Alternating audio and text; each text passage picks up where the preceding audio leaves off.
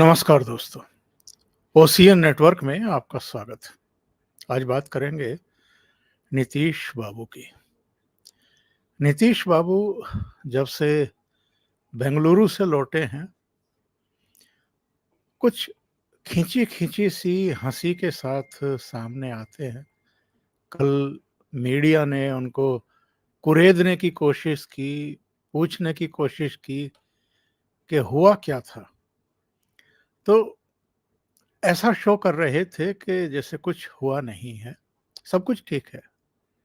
लेकिन उनका चेहरा, उनकी आँखें, उनकी भाव-भंगिमाएँ और जिसको आजकल हम कहते हैं बॉडी लैंग्वेज, जो कुछ वो बता रहे थे, कहने की कोशिश कर रहे थे, समझाने की कोशिश कर रहे थे, उनकी बॉडी लैंग्वेज एकदम डिफरेंट ही कुछ बता रही थी।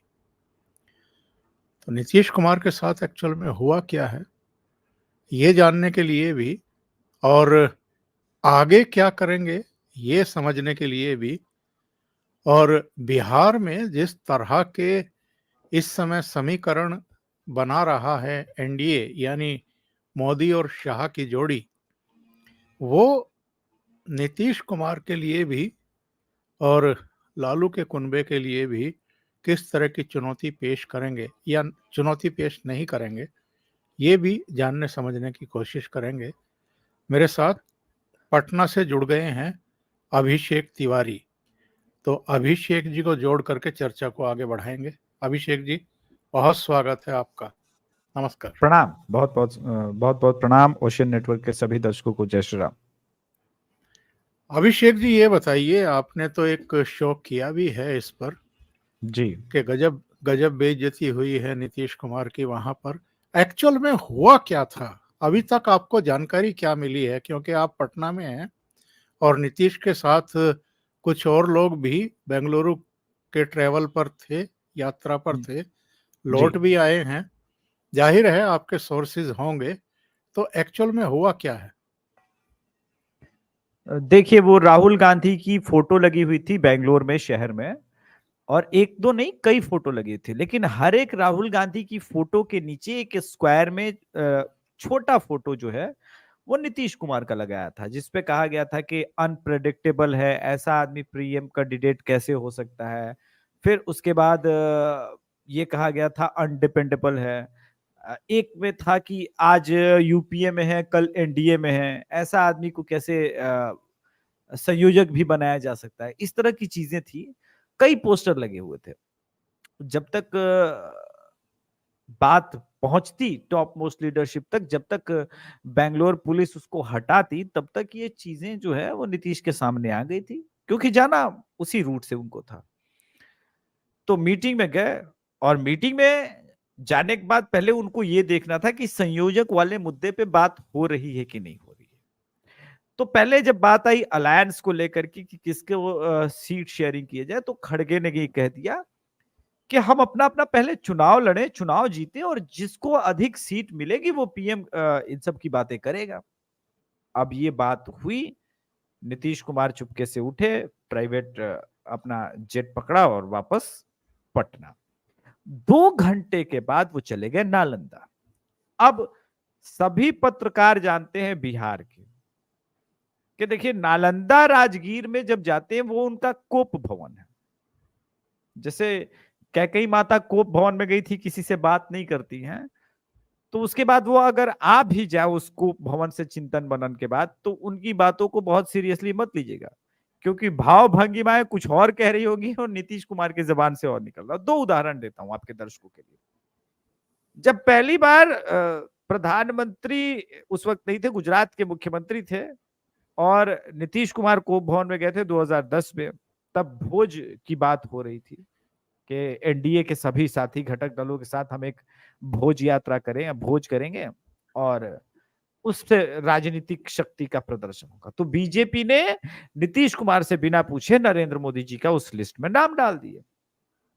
अब पूरे देश से सभी नेता आ रहे थे, लेकिन नरेंद्र मोदी का नाम सुनते ही वो राजगीर पहुंचे, 2 दिन बाद वापस आए और कहा कि भाई हमने भोज कैंसिल कर दिया निजी कारणों से। हालांकि बीजेपी के सभी लीडर्स को पता चल गया, उसका कारण एकमात्र जो है वो नरेंद्र मोदी। आगे बढ़ते हैं। उसके बाद नरेंद्र मोदी जी को 2013 में कह दिया गया कि भैया वो भारत के आने वाले समय के पीएम कैंडिडेट होंगे बीजेपी की तरफ से। नीतीश कुमार फिर राजगीर नालंदा पे गए, 2 दिन बाद वापस आया और कहा कि अब ये अलायंस काम करने लायक नहीं रहा, तो हम काम नहीं करेंगे। ठीक है, उन्होंने कहा ठीक है भाई, कोई बात नहीं, यही सही। तो अलायंस टूट गई। इसके बाद एक और चीज हुई, वो समझना जरूरी है। 2017 तेजस्वी यादव पे घोटाले के आरोप लग रहे थे, फिर ये गए वहां पे नालंदा राजगीर में। जब वापस लौटे तो कहा कि तेजस्वी यादव किसी प्रश्नों का उत्तर नहीं दे रहे, घोटाले के आरोप के लेकर के कम से कम व्यक्तिगत रूप से मैंने पत्र मांगा था, अब एक बार फिर से मेरा टर्न है। तो वो उसके बाद बीजेपी के साथ चले गए। आपको याद होगा कि अमित शाह जी का दौरा था 2022 में, उस दौरे को ये बीमारी के बहाने से मिस कर गए और राजगीर चले गए। वापस लौटे तो राजद के साथ अलायंस कर गए। इस बार ये लौटे तो समय ही नहीं दिया किसी को, लेकिन लालू यादव ने समय पे फोन किया, उनको बताया कि आपकी बेइज्जती मेरी बेइज्जती है, आप ही संयोजक बनेंगे। तो बाहर निकले हैं और उसके बाद उन्होंने ये कहा कि वो प्रधानमंत्री पद की लालसा नहीं रखते, ना तो वो यूपीए का संयोजक बनना चाहते, इस प्रकार की कोई बात नहीं। अब इसके 2 कारण है सर। एक बहुत कहावत जो है हम लोग कहते हैं आपस में, 2019 में खास करके ये बहुत कॉमन बात थी कि और ऑप्शन ही क्या है। तो नीतीश कुमार के पास और ऑप्शन ही क्या है। उनके मित्र सुशील मोदी तो चाहते हैं बीजेपी अलायंस कर ले और वो डिप्टी चीफ मिनिस्टर बन जाए और सब कुछ ठीक हो जाए। लेकिन ये जो नया प्रदेश अध्यक्ष सम्राट चौधरी है, ये आरजेडी में इनके फादर थे और ये घाघ नेता है। सम्राट चौधरी ने बीजेपी को वर्षों बाद बताया कि भाई लड़ाई राजनीति की सड़क पे लड़के लड़ी जाती है, भले तुम्हारा सर टूट जाए, सर फूट जाए, पर कमरे के अंदर जो है एक दूसरे से अनर्गल बयानबाजी से राजनीति नहीं होती।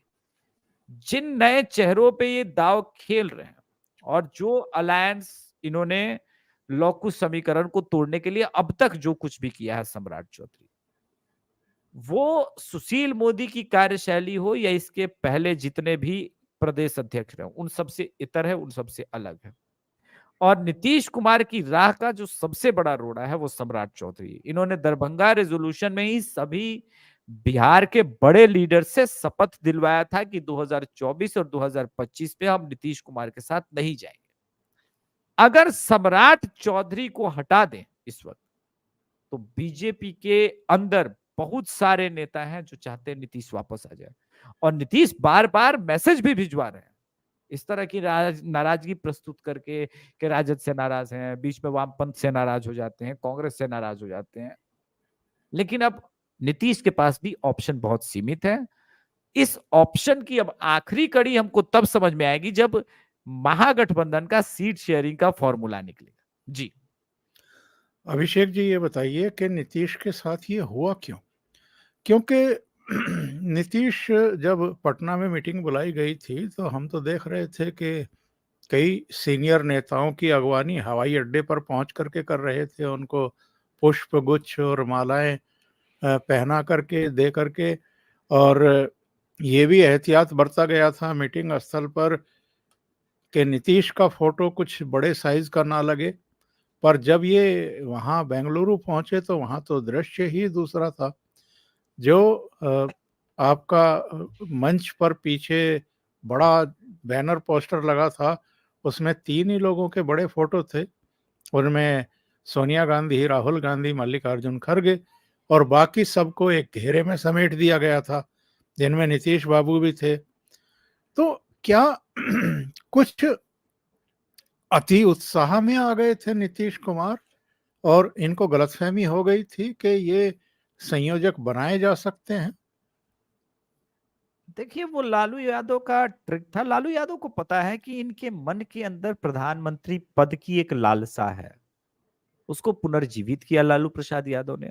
उनको पता था इसी बहाने डिप्टी चीफ मिनिस्टर उनके बेटे के पास वो पद चलाएगा और कालांतर में हम इनको प्रधानमंत्री पद का जो है वो स्वप्न दिखा करके इनको बिहार से भी बाहर भेजने में कामयाब हो जाएंगे। लेकिन जब खड़गे जी रिसेंटली राहुल गांधी के साथ मीटिंग हो गई थी, एक ब्लंडर किया नीतीश कुमार ने। अब तो हालांकि अरविंद केजरीवाल उसमें आ गए हैं, लेकिन वो ब्लंडर था कि ये पैरवी करने चले गए नीतीश कुमार की तेजस्वी यादव के साथ। उस वक्त अजय माकन बातचीत करके अरविंद केजरीवाल को ऑर्डिनेंस पे सपोर्ट क्यों नहीं करना चाहिए, राहुल गांधी से बाहर ही निकले थे। अब उसका परिणाम ये हुआ कि जब खड़गे और राहुल गांधी बाद में बैठे तो उन्होंने कहा कि देखिए, लॉन्ग टर्म में हम कर्नाटक अब जीत चुके हैं। देखिए, कर्नाटक की विक्ट्री और मध्य प्रदेश में जबरदस्त चैलेंज जो उत्पन्न कर रही है कांग्रेस, इस बात को बहुत अच्छे से कांग्रेस की कोर कमेटी और थिंक टैंक वाले सेंस कर पा रहे हैं। अब जब उनको ये पता चल गया है कि छत्तीसगढ़ वो रिटेन कर रहे हैं और अशोक गहलोत की गलतियों की वजह से अगर वो राजस्थान हार भी जाए, लेकिन अगर मध्य प्रदेश में बहुत जबरदस्त परफॉर्मेंस हो, इसका मतलब है कि कांग्रेस वापस आ रही है। दूसरा, आपने सर बंगाल में पंचायत इलेक्शन को अगर ठीक से देखा होगा तो ये स्पष्ट है, इवन पंचायत इलेक्शन में भी कांग्रेस के पास मुस्लिम वोट गए। तो उनको समझ में आ गया कि अब मुस्लिम वोट पाने के लिए मुझे किसी राजद, नीतीश कुमार या समाजवादी पार्टी की आवश्यकता नहीं है। एक अलग तरह का प्रेसिडेंट बनना चाहते हैं खड़गे, उनकी अपनी महत्वाकांक्षा है, वो स्वयं को प्रूव करना चाहते हैं कि मैं राहुल गांधी को बनवा सकता हूं पीएम। और इसी वजह से सुप्रीम कोर्ट में राहुल गांधी का मामला है, और उसमें जो हमारे पास सोर्सेस है, इनका मुख्य ये ध्येय कि सजा कम भी हो जाए, 1 दिन की भी, 6 महीने के भी, तो भी एलिजिबल हो जाएंगे और चुनाव लड़ सकेंगे, और उसके बाद हम देखेंगे। अब अगर चेयरपर्सन की जो बात है वो पहले तय हो गया कि भाई सोनिया गांधी ही बनेंगी। अब चेयरपर्सन सोनिया गांधी बनेंगी तो ये टेक्निकली अगर आप देखिए तो जदयू को निकाल दें और अरविंद केजरीवाल को, तो ये यूपीए ही है। तो इस यूपीए में कोई औचित्य नहीं है, कोई काम नहीं है नीतीश कुमार का। नीतीश कुमार ने अब इसको भांप भी लिया है, वो समझ भी गए हैं, लेकिन ये तब समझे हैं जब ट्रेन जंक्शन से जा चुकी है और अब उनके पास गाड़ी का इंतजार करने के अलावे कोई विकल्प नहीं है। अब एनडीए उनको लेगी नहीं लेगी, ये सारी बातें बस एक कयावात सी है कि मतलब अब भविष्य में क्या होगा। नीतीश कुमार के साथ इस वक्त जो हो रहा है, अभी 2 तस्वीरों पर सर आपका ध्यान दिलाना चाहूंगा, संभव हो तो बैकग्राउंड में जी, चलाइएगा। जी। सम्राट चौधरी ने रिसेंटली स्टेटमेंट दिया कि बिहार का सबसे युवा चेहरा, प्रभावशाली चेहरा चिराग पासवान हमारे साथ है, और वो प्रधानमंत्री की न केवल सम्मान करते हैं बल्कि उनकी बातों को रखते हैं। और इस वजह से उन्होंने जो दूसरा तस्वीर डाला अमित शाह जी के मीटिंग के बाद वाला, वो जबरदस्त था कि अपने चाचा के वो पांव छू रहे हैं। ठीक। जी, जी। ऐसे में सर ये समझना बहुत आवश्यक है कि स्कोप जो है वो बहुत बहुत सीमित हो गया है नीतीश कुमार के लिए। अब अगर बीजेपी अलायंस भी करे तो अपने शर्तों पे करेगी या नहीं करेगी, ये सारी बातें बात की है। 2 सीट, 1 सीट, 5 सीट, क्योंकि उनके 6 से अधिक सांसद इस वक्त टच में है बीजेपी के।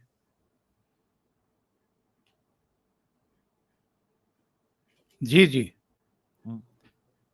आप ये बताइए क्या आप ये कहने की कोशिश कर रहे हैं कि चिराग पासवान को भारतीय जनता पार्टी सीएम चेहरे के तौर पर प्रस्तुत कर सकती है? ना, सीएम ये गलती अब बीजेपी नहीं करेगी। एक बार वो नीति, और जहां तक मैं सम्राट चौधरी को समझ रहा हूं, लेकिन एक बड़ा दायित्व तो डिप्टी चीफ मिनिस्टर, अभी तो पूरा उनके आगे राजनीतिक सफर पड़ा हुआ है। लेकिन आज के समय में अगर बड़ी रिस्पॉन्सिबिलिटीज चिराग पासवान को दी जा रही है, इसके साफ साफ संकेत ये हैं सर कि बीजेपी को पता है कि इनके पास दलित वोट, ओबीसी और सवर्ण वोट तीनों, और ये सच्चाई है सर, बिहार का युवा हर तबके का चिराग पासवान को बहुत पसंद करता है। उनके पास अपना पासवान वोट 6% तो है ही, 2% का एडिशनल वोट है। इसको मैं साबित करता हूं। 2000 अगर 2020 के चुनाव को आप देखें, चिराग पासवान की पार्टी सिर्फ 145 विधानसभा सीटों पे लड़ी थी। इनफैक्ट 145 भी नहीं, 133, 133 सीटों पे लड़कर के 8% उसका वोट शेयर था। ये बहुत बड़ा वोट शेयर है। अगर लोकसभा में जब मोदी जी का साथ होगा तो ये बहुत करिश्मा जो है ये बड़ा होगा। और जैसा मैंने कहा कि कुशवाहा वोट पूरी तरह से टूट गया है। उपेंद्र कुशवाहा का आपने ट्वीट पढ़ लिया होगा, जिसमें उन्होंने भारत वर्सेस इंडिया की नैरेटिव बनाना शुरू किया है, जिसमें नीतीश कुमार को, लालू यादव को, पूरे उनके कुनबे को आड़े हाथों लिया है।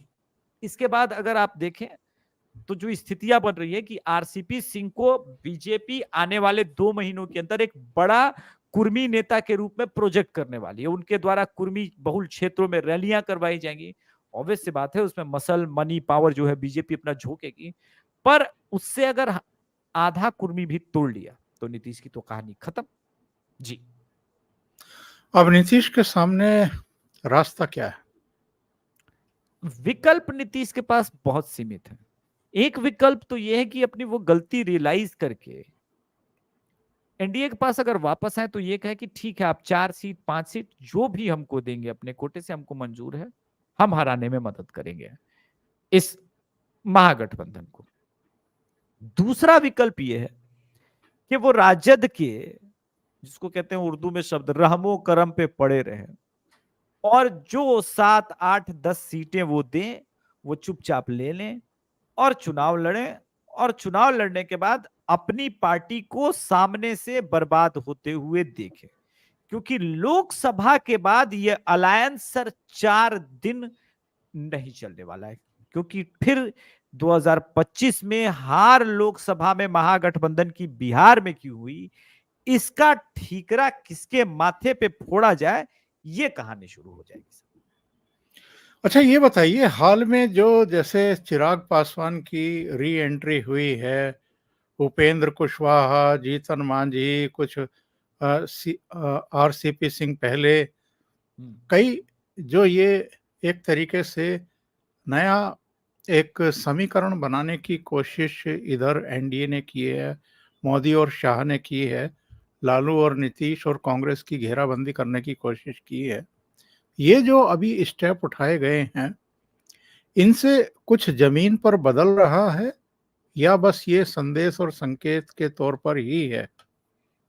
नहीं, इसके दो राजनीतिक मतलब। कल मैं जदयू के एक मित्र के साथ बैठा हुआ था और इस वजह से 3:30 का मैं शो भी नहीं कर पाया और आज भी नहीं कर पाया।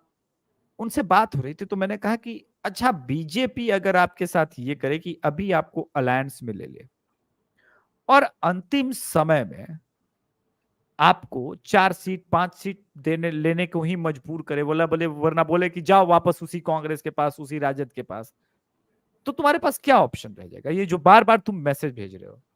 तो उसने बड़ी इंटरेस्टिंग बात की कि अभिषेक जी, आपको लगता है कि आरजेडी भी 6-8 से अधिक सीटें हमें देंगी? अगर ऐसा नहीं होता तो आज सबको पता है, नीतीश जी को भी पता है, बार बार सांसदों से मिल रहे हैं, 6 से 8 सांसद डायरेक्ट अमित शाह जी की दरबार में हाजिरी लगा चुके हैं टिकट प्राप्ति के लिए। वो क्यों करते? अगर आपको यही कॉन्फिडेंट होता, कम से कम सांसदों को अपने एरिया में कॉन्फिडेंस होना चाहिए था, चाहे वो सिवान के सांसद रहे हो या गोपालगंज के सांसद रहे हो या काराकाट के सांसद रहे हो। उनको पता होना चाहिए था कि हम तो जीत ही जाएंगे, हमारे पास महागठबंधन का वोट है। फिर वो फ्लिप करने का प्रयास क्यों कर रहे हैं? इसका मतलब उनको अच्छे से पता है कि लॉकुश समीकरण का इस बार ब्लैकमेलिंग लोकसभा में चलेगा नहीं। और इस बार आपको जो है मोहन भागवत भी बचाने नहीं आएंगे कि वो ठीक बीच चुनाव में आरक्षण वाला बयान देकर के आपको आपकी पूरी जीती हुई बाजी पलट दे। ये सब कुछ नहीं होने जा रहा है। Plus anti incumbency Nitish Kumar ji के प्रति है, ये तो आप भी जानते हैं, हम भी जानते हैं। ये बात ठीक है कि हमारी आपकी मित्रता है, आप बीजेपी के समर्थक हैं, मैं जदयू में हूं। लेकिन वास्तविकता यह है कि उपेंद्र कुशवाहा और सम्राट चौधरी के राजनीति में ये जो नया उद्भव हुआ है उनका, उसके बाद जो है कुशवाहा वोट नीतीश कुमार के साथ नहीं है। वो गिनती के कुछ वोट हैं। इसको आप ये नहीं कह सकते कि इनका वो परंपरागत वोट बैंक। तो कुशवाहा टूट चुका है, बचा हुआ कुर्मी, वो आपने दंगों में गवा दिए। तो बदलाव तो है। जीतन राम मांझी एक सिंबॉलिक है। जीतन राम मांझी से कुछ बहुत इंपैक्ट नहीं होगा, लेकिन ये जरूर है कि एक होता है ना कि खबर में चलो प्रेशर बन रहा है कि चलो ठीक है, हम उनका भी इतना इजी नहीं होगा गठबंधन, तो बस वो वाली बात है जी। और 2024 के बाद क्या स्थिति होगी नीतीश बाबू की? जैसा मैंने कहा कि 2024 मेरा जो असेसमेंट है सर, 25 से 28 सीट एनडीए 2024 के लोकसभा में लेके आएगी। इसके बाद तो अब यही स्थिति है कि लड़ाई में ये गिना जाएगा कि भाई किसके वजह से ये जो हार हुई है उसकी जिम्मेदारी कौन लेगा, हु इज द रिस्पॉन्सिबल। और रिस्पॉन्सिबिलिटी नीतीश कुमार कभी नहीं लेते, ये आप भी जानते हैं सर, इतने दिनों से राजनीति को कवर कर रहे हैं। इंटरेस्टिंग बात बताता हूं, देखिए समता पार्टी में थे 1994 में, और बीजेपी के साथ अलायंस था, जॉर्ज फर्नांडिस के नेतृत्व में वो समता पार्टी थी। ये बाढ़ से चुनाव लड़ रहे थे और हार गए। चुनाव लड़ने के बाद जनता के बीच भी ये नहीं आया, हारे, और उसके बाद सीधे नालंदा चले गए। तो उम्मीद करूंगा कि अगली बार जब नालंदा ये जाएंगे तो ये गठबंधन टूटेगा ही टूटेगा। वैसे इस बार की नालंदा वापसी जो है वो बदलाव के संकेत दे रही है। बस ये है कि बीजेपी के साथ पैचअप नहीं हो पा रहा है। अगर किसी तरह से ये सम्राट चौधरी को मनवाने में कामयाब हो गया तो बस अलायंस दूरी पे नहीं है, और अगर दूर नहीं है कम से कम अलायंस, तो नीतीश की टूट अगले 2 महीने में नीतीश कुमार के जदयू के अंदर जिसको कहते हैं भीषण टूट, वो जरूर दिख जाएगा आपको जी। इसका थोड़ा-सा विस्तार से बताइए, उनके जदयू के भीतर क्या चल रहा है? जो ये जानकारी मिल रही थी कि जदयू के करीब 30 एमएलए जो हैं वो टूट करके भारतीय जनता पार्टी की तरफ जा सकते हैं। क्या इसमें सच्चाई है? एक्चुअली में इसमें सच्चाई है, लेकिन बीजेपी पता है क्यों नहीं तोड़ी। सम्राट चौधरी ने कहा कि अगर आप इसका 30 तोड़ भी लीजिएगा तब भी सरकार बिहार में नहीं बदलेगी, और नीतीश कुमार को अभी ये हटाएंगे भी नहीं आरजेडी वाले। इसका मतलब ये होगा फिर नीतीश कुमार होगी एक अलग रिवेंज मोड में। इससे अच्छा है कि अभी इनको रहने दीजिए। अपने लोग हैं, मुझे पता है ये बाद में आ जाएंगे, कोई दिक्कत नहीं है, लेकिन अभी टूट फूट की जरूरत नहीं है। ये जो टूट फूट करना है, जो भी आपको दिखाना है, वो 2024 जब करीब होगा तब दिखाएंगे, ताकि मीडिया से लेकर राजनीतिक रूप से जो इसका इंपैक्ट है वो ज्यादा बड़ा बने। इसीलिए मैंने कहा कि मैंने बिहार में पिछले 20 सालों में कई बिहार में बीजेपी के अध्यक्ष को देखा है, प्रदेश अध्यक्ष को, लेकिन ये सम्राट चौधरी टेढ़ी खीर है। और ये सिर्फ मतलब जदयू के हिसाब से नहीं, आने वाले समय में भी ये राजद को भी नाच नचा देगा, पानी पिला देगा राजनीति में जी। ये बताइए, अगर नीतीश कुमार को भारतीय जनता पार्टी फिर अपने साथ लेती है, इसका नफा होगा, नुकसान होगा? लोकसभा में तो नफा होगा, लेकिन विधानसभा में सर नुकसान होगा। नीतीश कुमार के प्रति बहुत ह्यूज एंटी इनकम्बेंसी है। आपने 2020 का भी चुनावी देखा होगा माहौल, राजद सत्ता से बहुत दूर नहीं रही थी, बहुत करीब रह गई थी। नीतीश के प्रति इतना एंटी इनकम्बेंसी है कि बीजेपी का कोर वोटर भी नीतीश कुमार से दूर हो जाएगा जब विधानसभा की बात आएगी। लोकसभा में चूंकि वोट नीतीश के नाम पे नहीं होना है, वोट होना है मोदी के नाम पे, तो जो एड ऑन लेके आएंगे नीतीश कुमार वो तो बेनिफिट करेगा, प्लस नीतीश कुमार बीजेपी का जो अपना कोर वोट बैंक है। लेकिन विधानसभा में बहुत जबरदस्त बीजेपी को नुकसान होगा जी। और अगर ये जो नया ये गठबंधन बना है इंडिया, इसको छोड़ करके दूसरे खेमे में जाते हैं, तो ये इस नए-नए गठबंधन का जो जन्म हुआ है, मतलब इंडिया का जन्म इनके हिसाब से 2023 में हुआ है। तो इनको कितना बड़ा नुकसान और धक्का होगा, और इनके लालू लिए बड़ा कहाँ होगा, रहेंगे? इनके लिए बड़ा होगा। देखिए इनके लिए इसलिए बड़ा होगा क्योंकि जिस आदमी ने ही ये पूरी कयावाद शुरू की कि चलो एक अलायंस किया जाए अगेंस्ट बीजेपी, अब वो ही टूट जाएगा तो फिर बात तो घूम फिर के वही आ गई, फिर ये टिपिकल यूपीए रह जाएगा। और बंगाल में देखिए स्थिति क्या बदल जाएगी, या फिर उसके बाद कहीं भी क्या बदलेगा। लड़ाई तो बिहार में ही असली है। बीजेपी कहीं अपने आप को फंसी फंसी महसूस कर रही है थोड़ी बहुत, तो बिहार में ही। क्योंकि बिहार में, और देखिए सर, मैं न तो नीतीश कुमार के वोट से डरता हूं और न ही कांग्रेस के वोट से। आरजेडी का कोर वोटर है, वो नहीं हटता सर। आंधी आ जाए, तूफान आ जाए, वो आरजेडी को ही वोट करेगा। करप्शन हो जाए, राजवल्लभ यादव रेपिस्ट, रेप के सजा में जेल चला जाए, कोई फर्क नहीं पड़ता, वो राजवल्लभ यादव की वाइफ को वोट कर देगा, कोई उसे रेपिस्ट भी मंजूर है। तो ये सारी चीजें हैं। उसके साथ जब लेफ्ट का 2% का कैडर वोट ऐड होता है, बिहार में लेफ्ट के पास उनका अपना कैडर वोट है। जैसे आप जानते होंगे कि बेगूसराय को कहा भी जाता है कि बिहार का लेनिनग्राद है। बेगूसराय हो गया, जहानाबाद हो गया, भोजपुर हो गया, रोहतास हो गया, कैमूर हो गया, गया हो गया, इन सब जगहों पे आपको मिलेगा। इवन मुंगेर में भी लेफ्ट का वोट है। और ये वोट जब सर ब्रेड के ऊपर जाता है ना, बिल्कुल बटर मक्खन की तरह काम करता है, एकदम विक्ट्री वाला वोट बैंक बनता है। जी, ये बताइए कि लालू और नीतीश के बीच में भी कुछ चल रहा है क्या?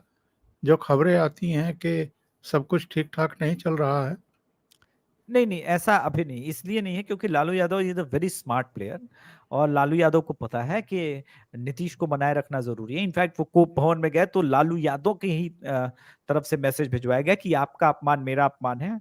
और बदले में उन्होंने वो फोटो भी बताई कि देखिए, इसी वजह से जब आपका अपमान हुआ था तो मैंने भी डी के शिव कुमार से हाथ वगैरह नहीं मिलाया है, आप हमसे अलग नहीं है। बिकॉज लालू प्रसाद इस बात को समझते हैं कि जो इस वक्त वो लैंड फॉर जॉब वाले स्कैम में घिरे हुए हैं ना, उनका सत्ता में होना बहुत जरूरी है। अगर वो सत्ता में नहीं रहेंगे तो पूरा परिवार, पूरा कुनबा, पूरा राजद तहस नहस हो जाएगा। और पावरलेस जब आप होंगे तो आपके बचने के भी चांसेस नहीं होते। जी, बहुत बहुत धन्यवाद अभिषेक जी, ओशियन नेटवर्क के लिए इतना समय निकालने के लिए, और इस समय जो नीतीश बाबू के हाल चल रहे हैं और बिहार में जो समीकरण बन रहे हैं उन पर चर्चा करने के लिए। थैंक यू सो धन्यवाद मच। सर। जय श्री राम। नमस्कार। जय श्री राम।